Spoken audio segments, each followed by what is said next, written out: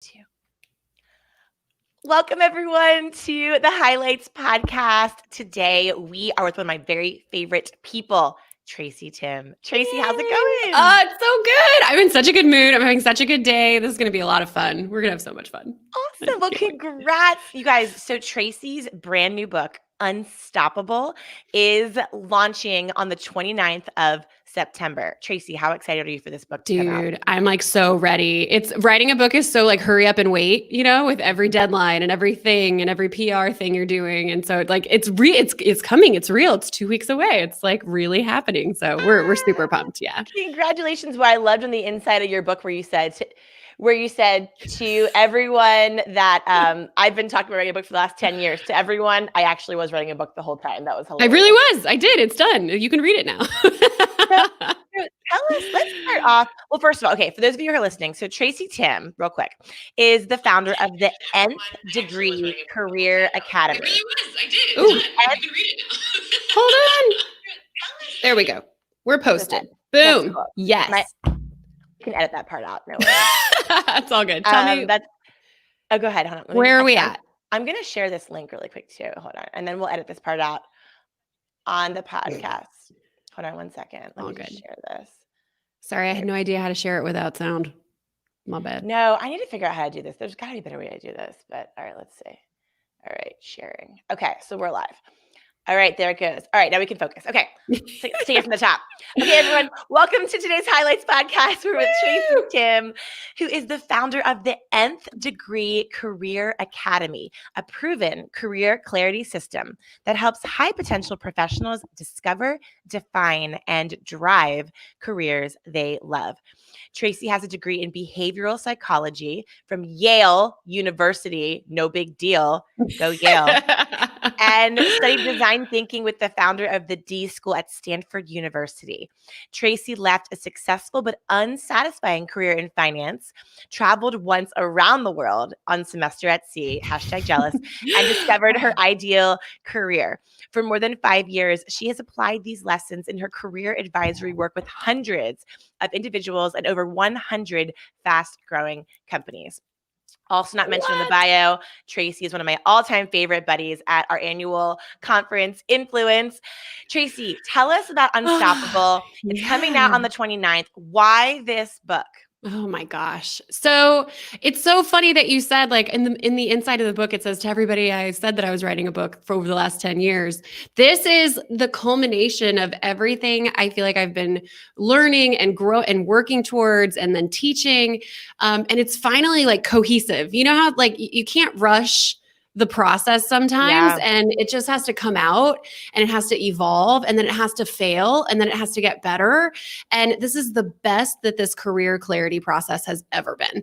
So I just wanted to capture it and get it all in this book so that it's really accessible to more people and we can impact, more lives, get more people loving the work they do. Okay, so who is this book for? So this is for someone who is in a career, they're not stoked on it, and they don't know what to do, or who would you describe as your perfect reader? Yeah, it's funny. We have two people that our business seems to serve the most. One is, yes, absolutely. I'm miserable. I don't know what I want to do. I'm living in uncertainty and overwhelm and confusion, and I feel stuck, right? That's one of our absolute favorite people to work with because there's so much under the surface that they don't realize that they have going for them already. And it's our job to pull it out and make it obvious again and reignite them, because at one point you thought you were awesome, at some point, and then you get, beat down by work or jaded from the way the world is. And then you lose it, you forget. That is one of our people. And so if you're out there and sort of thinking maybe entrepreneurship is for me, or I want to start something or I want to be my own boss. And what's really pushing you to do that is like, I hate working for other people. I feel really stuck in my career. This is for you. The other person that I also love working with is they want to move.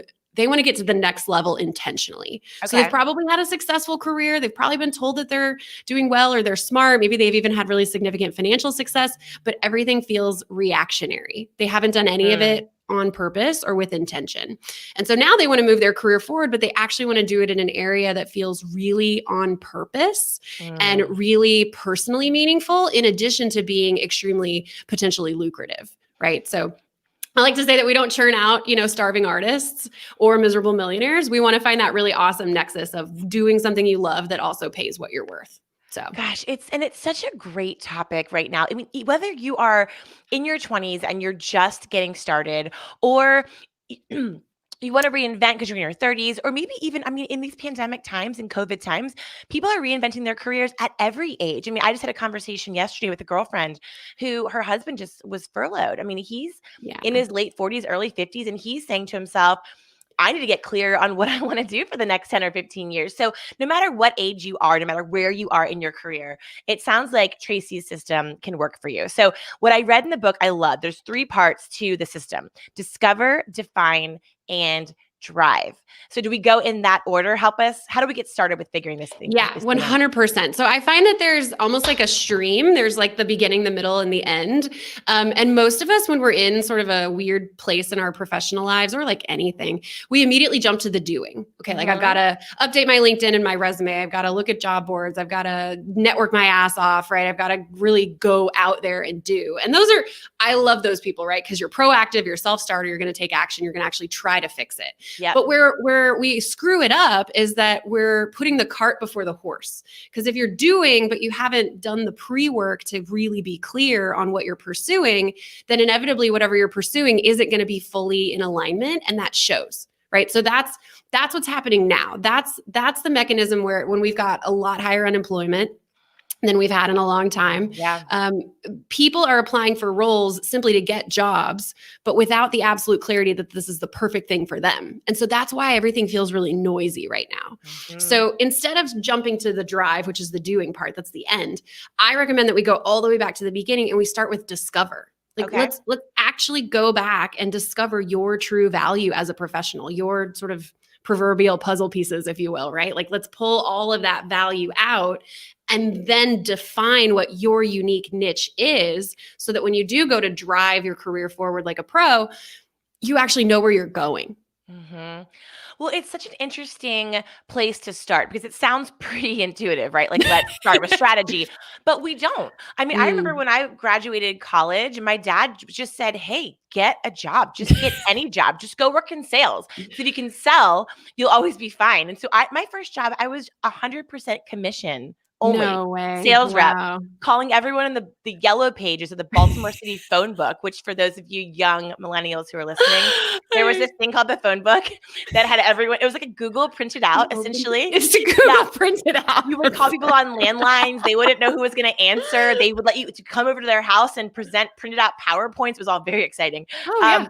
But I mean, I never sat down and thought to myself, like, what do I want to do? And it's funny because, like, looking back, so I was an English major, and now looking back, I write books. But it took me 15 years of different companies and different ventures and different jobs to figure it out, which I actually knew all along what I wanted to do, but I just didn't have the clarity or the discovery process. It was more like just pay the bills and then worry about it. It almost felt like strategy was this like luxurious step. So how do you speak to that a little bit?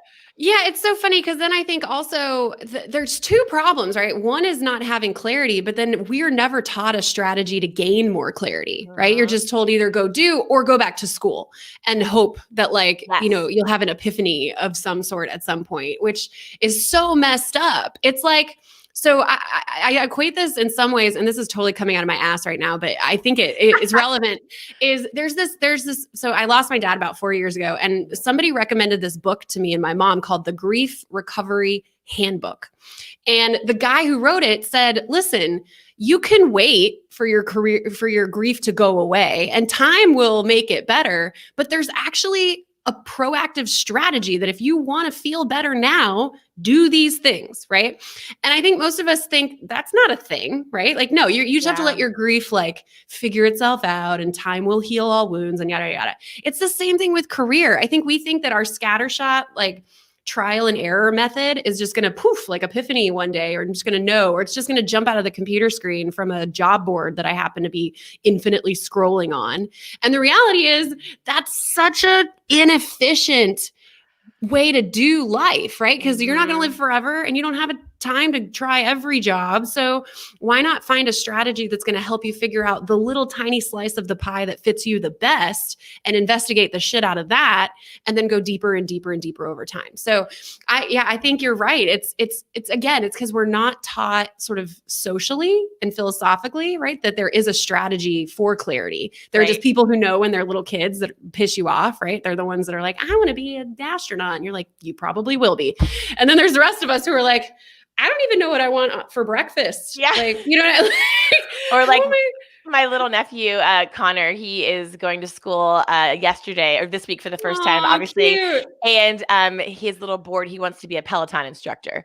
So you're like, go buddy, right? But to your point, I mean, it's interesting because if you think about it, so Connor's generation, our generation, we really are the first generations, you know, from 38 to 4, you know, the first generation, all of us, same age bracket, same demo.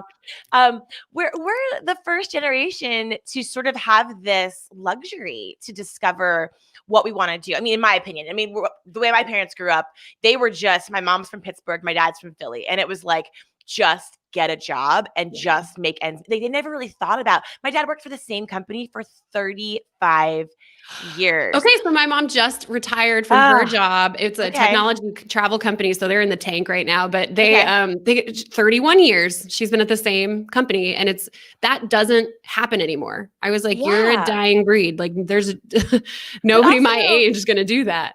Yeah, but also she probably, I mean, whether it's your mom or my dad, like they didn't know to your point, teach us to think this way because it's kind of a new luxury that we have. And so if someone's listening and they're like, okay, I'm making a change, whether I have to because of the situation of COVID and the pandemic and my industry with hospitality or whatever industry is failing, or on pause, you know, whether they have to, or this time away from the world in quarantine has given them new clarity. And they're like, I don't even know why I'm doing these Zoom calls. I hate this.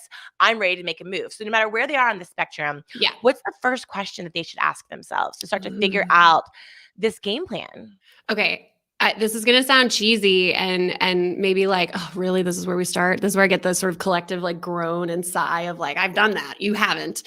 The first step is reminding yourself what really matters to you. Question number 1 is, what actually matters to me in my life right now? And what that gets to the heart of it, the cheesy thing is that it's values. It's your core values. But what most of us don't appreciate or realize is that every decision you make in life speaks to what you care about. Who you spend your time with, how you spend your money, where you go, what you do is telling yourself in the world, this is what I care about. These are my priorities, right?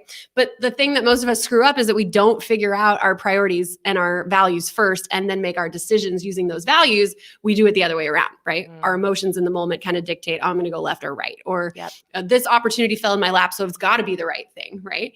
And we go down that path and we live very reactionary lives. We respond more than we intentively and proactively go out and take action. So I think you have to start by reminding yourself, okay, I've gone down this path. This clearly isn't the right thing for me for whatever reason. Maybe I want to level up. Maybe I'm miserable. You're somewhere in that spectrum. The first thing is to remind yourself, what actually moves the needle for me? Like, if I could have everything that I wanted, what do I actually want? Because I don't think that we can't have everything that we want. We just got this amazing email from a client literally today, like an hour before this call. And she was like, it feels too good to be true. Like, I have everything I want. And it's because she finally took the time to get specific about what she does want and what doesn't matter. Because if you finally figure out what doesn't matter, then you can have everything that you want. It's just that right now you want too many things and you're not clear on which ones actually matter to you or not. That's where I would start. So how did you figure out what mattered to you? How did you identify your, because values are an interesting topic. Like, you hear about values in like boring mission statements. You hear about values, you know, where it's like morals and values. I mean, values it's an interesting, I mean, it's essentially like a way of saying like kind of your why, right? Your true north, your compass, all these things. But like, if someone said like, Erin, like, what are your values? I think I know, I'm pretty sure, but I don't know if I could answer like the biggest one like right off the gate, Yeah. So, it's funny. I was on a podcast yesterday, which was really fun. And the guy actually put me on the spot. He's like, what are your top core values? And I have them in a spreadsheet. Like I look at them consistently. Well, I'm such a nerd. But like somebody's going to call me out and say like, Okay. Step one is Yale. your values. Okay, Yale, get it. Tracy's? I know. I know. Okay, fine. No, I love that. It's all good. So, there's a strategy for everything. There's a step-by-step process to do most things in life. Figuring out your core values is no different. I like to do what I call the 10-20-30 core values process, which is for 10 minutes, you do just a total brainstorm of what matters to you, and you don't edit it. So like, it doesn't have to be virtue and integrity and yada, yada. Like the last time I did this, when I was just brainstorming, my first two things were like warm kitten cuddles and a bar where the bartenders know my name. Like, and those were values to me. Like that. What else do you need? So the 10 minutes is just like, get everything out of your brain that matters to you, that really gives you joy, lights you up, makes you feel good, makes you feel like a good person, whatever you can use a handful of sort of prompts for that, right? Yeah. The second piece, the 20 minutes, is then you go to like corevalueslist.com and you look at 500 values and you just circle or highlight or pull the ones that really resonate with you. So at the end of 30 minutes, what you've got is just like probably, I don't know, if it's me, it's 150 words, phrases, whatever, that encompass everything that really matters to you right now. Then the last 30 minutes, you have to go through and then group them into similar ideas. Because you have 150 words, but there's no way you have 150 core values. It's highly likely that you have 7 to 10, and they're just described by all the other words that you wrote down, right? Okay. And so then the goal is to get down to 7 to 10, because that's just enough masters to be viable and not too many that it's sort of overwhelming or too many things to stay true to. And then you name them and you give them an awesome name. Like you and I've had clients name their core values after like mythical characters or historical figures, or it's just like a sentence that really resonates with them or something like, right. And so make it because that's really going to resonate deeply on a personal level, as opposed to just saying, oh, integrity is important to me. Like, 1 year, one of my core values was freedom. It's not anymore. I actually want to belong somewhere now. Weird, 30. And so instead of just naming it freedom, I named it Braveheart. Because every time I saw the word Braveheart, I think of Mel Gibson and like freedom. And like that resonated so deeply, way more than calling it freedom. So that's how you do it. It's really, it takes an hour. Just sit down and do it. And then you'll have them and you'll know this is a yes, this is a no. This is a viable job, this is not. And just simplifies everything. I love that process so much. And in your book, in part 1, The Discover, you literally walk us right through. I mean, you talk about your core values on steroids, creating a clear vision, seeing others as valuable mirrors. Let's talk about that a little bit. So is that's basically looking at your truth tellers that surround you and asking them, how do you see me? Is that sort of the 100%? So in this discovery piece, there's really 3 components. And this is what I learned from my own struggle, but then also working in human capital advisory. So basically going into companies and helping them make sure they have the right people in the right places from a psychological and other perspective, right? So the 3 puzzle pieces, we call them now, nature, and nurture in the discover phase. Now is what we've been talking about. It's your values and your commitments and who you are and what you stand for, right? What you actually deeply care about.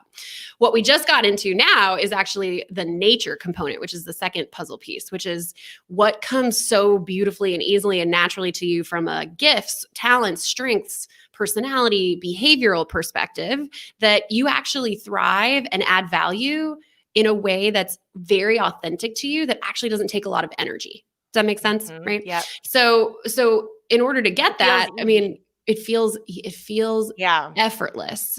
And because it feels effortless, we usually don't think it's valuable. You know what I mean? Something that I do super easily. For us. Yeah. Right. Who that's useful? That's like my very best friend, Sheena, she's a great leader. She manages huge teams for a healthcare organization. I very much struggle with managing teams. I find it really exhausting. For her, it's just effortless. And I'm like, Sheena, this is a skill that you have. But she's like, well, it's so easy. Like, who cares? I mean, anyone can do it. I'm like, no. Not anyone can do it. So it's interesting. I think we discount it. 100%. Yeah, that's interesting. And that's why you can take all the assessments in the world, and you should. I think there's a handful that are actually better than most. But then also you need objective third-party perspectives from people that you trust who know you well to tell Yeah. you this, and this. These are the three best things about you. These are the three things that you do the best. These are the three ways you've added value in my life, personally, professionally, romantically, whatever, right? And getting a sense of what that is from other people. We've done this hundreds of times with clients and with other people that I've just done presentations for and whatever. And 9 times out of 10, if you survey 15 to 20 people and you ask them just for 3 things that are amazing about you, you will only get about 3 to 5 total answers.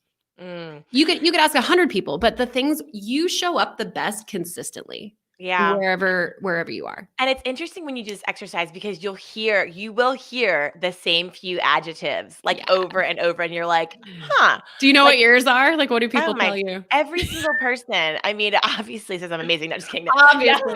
Wonderful. No, I always ask for my weaknesses and my strengths. I ask for both. Okay. So I'm like, tell me what annoys the crap out of you about me. And then I ask for the good. So I like to get the bad out of the way first. Sure. And so what annoys people to no end about me is that like I'm so in the moment that I don't think about like the details, the logistics, the planning, like the things that are really important. Like where it's like we're there and I'm like, oh, can we do this like right now? And they're like, when's it due? I'm like, it's due in 5 minutes. And they're like, no. Really? Erin? Seriously? So that's a weakness. And I'm working on it. I have my brand new planner actually. My friend Judy Holler has me on this new planner system, the High Performance Planner by Brendan Burchard. So I'm doing my very first planning, even though I've run multiple companies without a planner, which is kind of shocking. But anyway, so that's my weakness. My strength, I always hear the same word, which is energy, just because I have a lot of natural energy. I get that too. And it makes me wonder if like most people are just super bored, with their day or their meetings or whatever. Number one? My number one that people energy is a huge one, especially recently. They're like, oh my, and positivity. Like, yeah, that's good. I'm a catalyst 100%. So like, you can't get off the phone with me without having a little bit more sense of possibility, a little bit more sense of hope.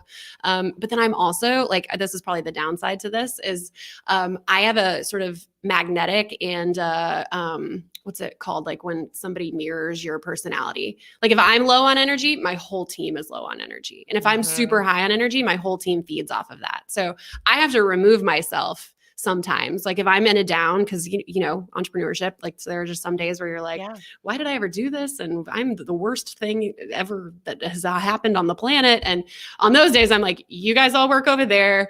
I will be at home. Don't call me. Everybody do independent work today. And so, but seeing other people as mirrors is so powerful because it just reminds you of the things that you don't appreciate about yourself that actually have incredible value. They have incredible value. It's so good. And so let's talk about, speaking of the value. So let's say we've done the exercise and we're hearing whatever the adjective is for you. If you're listening, maybe it's energy, maybe it's positivity, whatever your adjective is. I like to challenge our listeners right now to identify that, the one thing that they're always hearing. And if you don't know, promise us that you will go and ask the 5 people that you spend the most time with and message us on Instagram or Facebook and let us know. But so once we have that, let's talk about the chapter 13 in part 2 of Define, where you talk about giving your vision the necessary details. Now I said I'm bad at details. So let's talk about that. Is that putting like the timeline, the deadline, the numbers, the specifics around the vision? It's even before that. So what happens when you have your now and your nature, and then the one little piece that we skipped over was nurture. So it's the other way you add value. It's what you've learned. It's what you've experienced. It's your knowledge. It's your expertise. So when we have all those puzzle pieces, that's when we move into define. And the goal is to figure out, I see it as like a value stack, right? So if fundamentally this is part of my core values, right? But then I also have a natural gifting in this area, but then I've also layered on some additional knowledge or skills or expertise that I've learned or earned over time. That's a huge value proposition in that area, right? So the goal of figuring out your niche is to figure out, okay, with every core value, and I think this is the easiest way to do it, is there a piece of my nature and a piece of my nurture that I can layer on to this core value that actually makes me amazing in this area, right? And then your value proposition as an employee or a human or an asset, right, goes through the roof. That's the difference between the random guy who can't make it out of trials and Michael Phelps, who's winning gold medals at the Olympics, right? And we as professionals want to be Michael Phelps. We don't want to be rando you've never heard of, right? So it's part setting yourself up for success and then part actually advocating for that environment, which you have the best possible chance of being successful in. Okay. So what you just asked about is adding the details. Okay. So I think it's important that if you think about your professional niche, like the trunk of a tree. Okay. So your niche is always there. It's your foundation. It's your trunk. The component parts of your niche, the who, the what, the when, the where, the why, the like, do I have a desk or not? Do I have a team or not? Am I outside or inside? Like you could get super micro and detailed on this.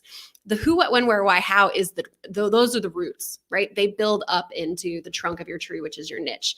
Okay. Any given opportunity is simply a twig on a branch on a whatever coming out of the trunk, right?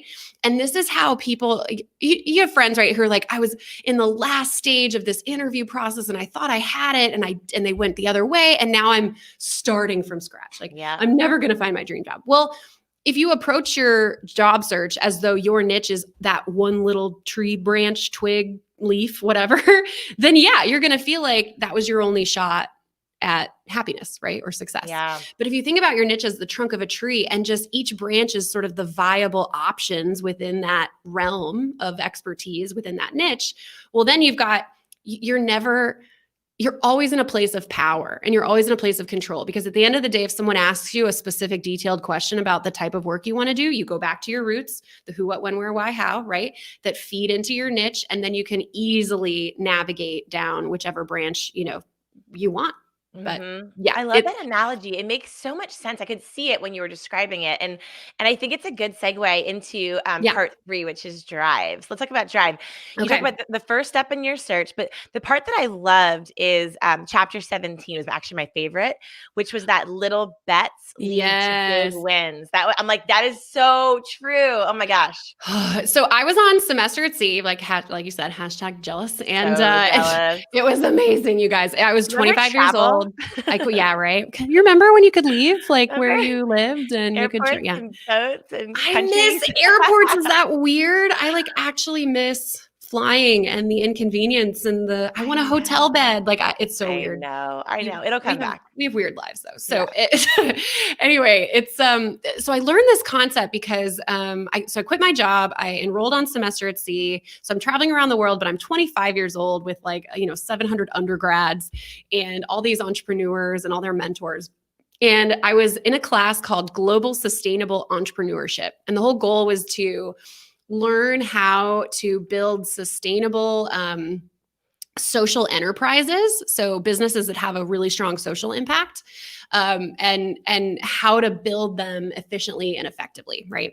And there was this book that we had to read as part of the curriculum, and it was called Tiny Bets or Small Bets, or it's by some guy, I think his last name is Sims. I'm butchering this, but I've basically co-opted the idea of the way that design thinking works. So if you're going to start a business or if you're going to develop a product, the goal, right? Ideally, you wouldn't just put hundreds of thousands of dollars and all of this stuff on the line without having tested it, without having made sure that it works, without having made sure there's a buyer, all these pre-steps that help you come up with the product, ideate around the solution, prototype it quickly, and then iterate it so that when you do put the full amount of time and money and effort behind it, it has the best chance of having the highest level of success. So you can do the exact same thing with your career by not going all into a full-time job and spending 2 years there to then make a transition. There's so many ways that you can test drive your options and actually investigate or inspect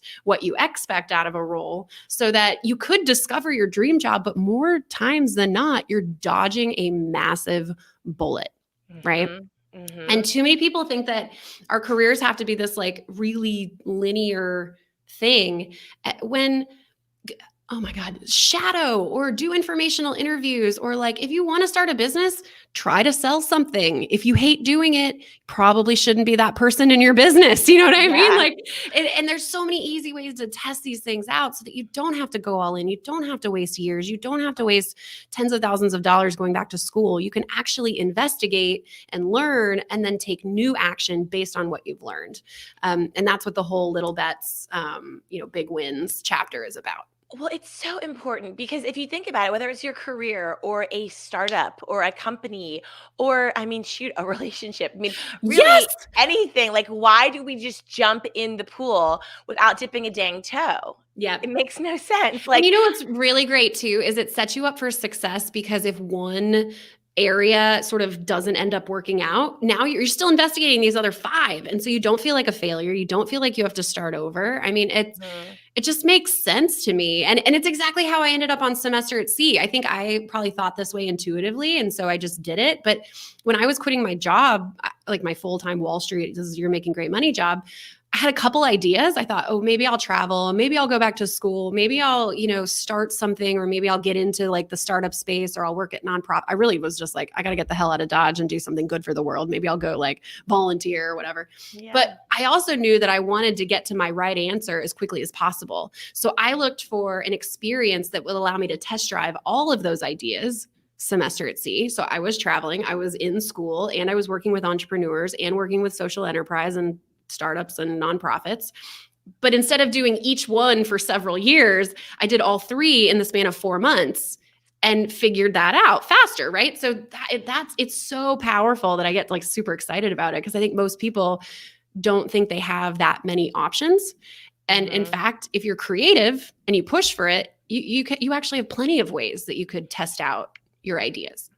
Well, it's so smart. And it really, I mean, even if you're working for a big company, especially like my brother works for Google, and I know they have a program that's very similar to what you're talking about, which is, okay, let's say you're working in sales or marketing. Yeah. Well, you can go shadow a department in IT or R&D or, HR, and you can go try on different hats for different days to just kind of see what's happening. And if you don't work for a Google and you want to do that, you can ask people in your company and say like, hey, can I shadow so-and-so? Like you said, take so-and-so to lunch, hop on a conference call. You can listen on probably enough conference calls in a week to figure out if that's your jam or not, right? Oh, not that anyone likes conference calls, but yeah. But it's so smart. You're so right. And there aren't easy, cheap, and or free creative ways to do it. You just have to do it. That's what most of us are afraid of, I think. We're just afraid of being wrong. Well, that's right. And that's a great segue into chapter 19, which is conquer despair, doubt, and defeat. Conquering despair, doubt, and defeat, which is so interesting. Yeah. We really do. We don't make the move. We don't shadow the person. We don't take the small step. We don't do the strategy because we're just afraid that it's not going to work. But what you're kind of saying is like, look, if you're going to like waste the time just not having a plan anyway. So you might as well invest the time up front and optimize your chance for success, right? Yeah. Yeah. And then I find when I'm afraid to do something, if I can find a logical reason why it's the best thing to do, I feel a lot better about it. And maybe this is my nerd brain, but like, and I'm like you, I'm super emotional. I'm all over the place. I'm this, I'm that, So sometimes in the moment, I don't really trust myself necessarily. I'm like, am I overly excited about this? Is this my ego? Yada, yada. So part of that chapter, I really challenge people to build a system in their lives where they have the best chance at getting the right answer. And they teach themselves the strategies for avoiding fear and doubt, but really just regret. Yeah. Right. And I think the only way to do that is to really understand deeply what regret is and the things that we regret the most as human beings. And this was another amazing Semester at Sea lesson that I learned, because I met a guy who was a social psychology professor, and I was at my wit's end. I was doing this whole like super type A thing where I was like, I must figure out my next step while I'm on the ship. Otherwise I wasted all this time and all this money, when like, oh my God, 4 months abroad and doing all the crazy cool stuff that I did was never going to be a waste. But I had defined in my head, this is the definition of success for this investment, right? So we're only weeks away from being done. I still have no idea what I want to do. And I went to him with like really sad. I was like, what do I do? Like, should I just go back to the bank or something like that? Because that's all I've ever done. Or is it worth it for me to actually keep seeking, to keep trying to figure this out? Because I still don't know. And he looked at me like perfectly in the eyes and said, Tracy, it is always worth taking your meaningful shot for the stars. Always. And he told me it's because of the way our brains work, like the way that human psychology functions is that you can only regret two things. You can regret doing something and having it turn out horribly, or like failing, or you lied and you got caught or whatever. Or you can regret not doing something. Like, I didn't say I love you. I didn't quit that job. I didn't take that random trip that I could have taken with, anyway, right? That's it. You can regret something you did and something you didn't do. And what it turns out is that we think that failing is going to hurt the most, that we're going to regret it the most. But what actually happens is that when you don't do something, your brain needs an answer. It needs like a beginning, middle, and end. It needs the loop to be closed on that subject. So when you do something wrong, it has an end, right? And you can move on from it because it had a culmination and an outcome. When you don't do something, you actually don't have a culmination or an outcome. You have an infinite amount of possible ones. And that's why people on their deathbeds are like, what if I had insert thing? Or if only I had insert thing. And it's because those will haunt you for your entire life, because your brain is cycling through all the potential outcomes, knowing full well intellectually that will never land on what actually happened. It's like an endless permutation of possibility. Right. And it is insidious, and it is actually scarier to me to have a lifelong regret of what could have happened than do something and fall on my ass and feel bad about it, but know that I'm never going to regret that more than not knowing what would have happened. So now, like in our business, perfect is done is perfect. Send out the email, do the thing. It doesn't have to be perfect, and we'll learn and we'll get better and we'll go on to the next thing. But can you imagine just living an entire life of indecision and at the end wondering what would have happened had you just tried? That's terrifying to me. And it was so logical that I was like, screw that. Like so now I'm the girl that goes up to random guys at the bar because they're hot. And I'm like, what if this was my husband and I missed it? So I'd say hi, or I'd put something out in the world that's got typos and isn't fully ready, but it needs to go. It's better that it goes than I sit on it forever and wonder, what if I had sent that? What if I had made that offer? You know what I mean? So that I just think it's too logical and too compelling to not be used. You know what I mean? Yeah. And that, my friends, is how you live an unstoppable life. So we did it. Tell us about living to the nth degree, the conclusion of the book. So we have a mutual friend who wrote a book called Limitless, and I was so bummed because I love that title. But I also have been using the #/motto go from stuck to unstoppable for the nth degree for years. And so when I was working with my publisher, Page Two, and we were talking about what we would title the book, everybody internally, they were like, you have to call it Unstoppable. You have to. And when I was naming the nth degree process, this all goes back to me being a huge nerd, right? You guys know I like words. So discover, define, and drive. And every step in the process of the nth degree starts with the letter N. Now, nature, nurture, niche, network, navigate, nourish. You'll see that in the book. Tracy, Timm. TT. That one was given to me with total blessing, right? I picked the whole thing up. You had no choice. I really didn't. And so ever since then, I think just like you, Erin, I've always like known I had a writer's soul in me, and I love words and I love how they can impact people. And anyway, I remember sitting there and wondering, like, I was sitting right next to my mom, which is hysterical. And I was like, what do I call this thing? Like, I had all the steps, I had all the lessons, but it didn't have a title. It didn't have a name. And I didn't want it to be like the Tracy Timm process or whatever. And she's like, well, they all start with N, and it's all about sort of like being, in your limitless potential. And she's like, what if we just called it the nth degree? And I was like, are you joking me right now? Like, I was too close to it to see this like amazing answer right in front of us. So living to the nth degree to me is a handful of plays on words. First and foremost, the nth degree is limitless, right? That's the mathematical term, the nth degree. Like, we're going to go to the nth degree. It's an unknowable number. It's your limitless potential and possibility. And then I love the word degree because I don't think we're ever taught how to do any of this. Like I have a degree in psychology, which I loved to learn, but nobody ever taught me like, how do you take that interest and channel it into a career Yeah. that actually serves you? Because the only ideas that people were coming up with was like, go be a counselor, go be a sports psychologist. And I'm like, I'm 22. I don't want to counsel other people. I don't know what the hell I'm doing. Like, Right. and which is ironic now because I love to give advice. Like if I could just be interviewed all day long on podcasts and panels, that would be like my absolute dream job. So I'm working towards it because we get to do stuff like this, right? So it's a degree in yourself, as cheesy as that sounds, and it's more accurately a degree in how to make great life decisions that are actually going to serve you. Because if you know what you value, you know who you are naturally, and I feel empowered by all the work and learning and experiences that you've had so far, you're in the driver's seat of your own life, even when crazy shit like a pandemic happens. That's the only way you can advocate for what you want, is to know who you are and what you value and how you add value. And so we're teaching people how to make easier career and life decisions and how to know that if I do go this route, it is going to serve me. I am going to be happier. We've had, this is one of my favorite client stories. This girl called me a year ago and I could tell she was so sad about something, and it was career, but it was deeper than that. And she was like, I really think that how much I hate my job is the reason I can't get pregnant.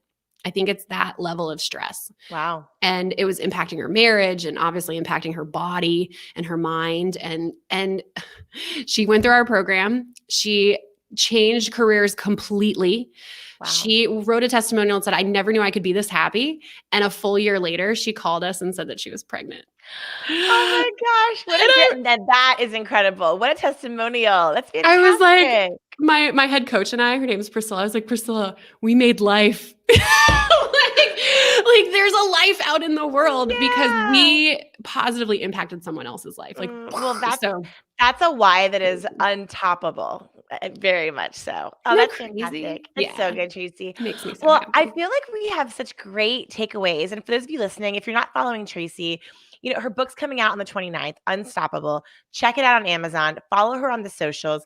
If you're struggling to figure out what you want to do with your career, if you're pivoting, if you want to, even take on like a side hustle or a side gig, or you're just feeling a little bit lost or adrift at sea, if you will, Tracy is the gal for you. So Tracy, tell us before we jump off, who is a nonfiction author right now that you are digging on that you think would be a really good fit for the Highlights podcast? Nonfiction author that I'm super digging on right now. I'm trying to think of the last nonfiction book that I read.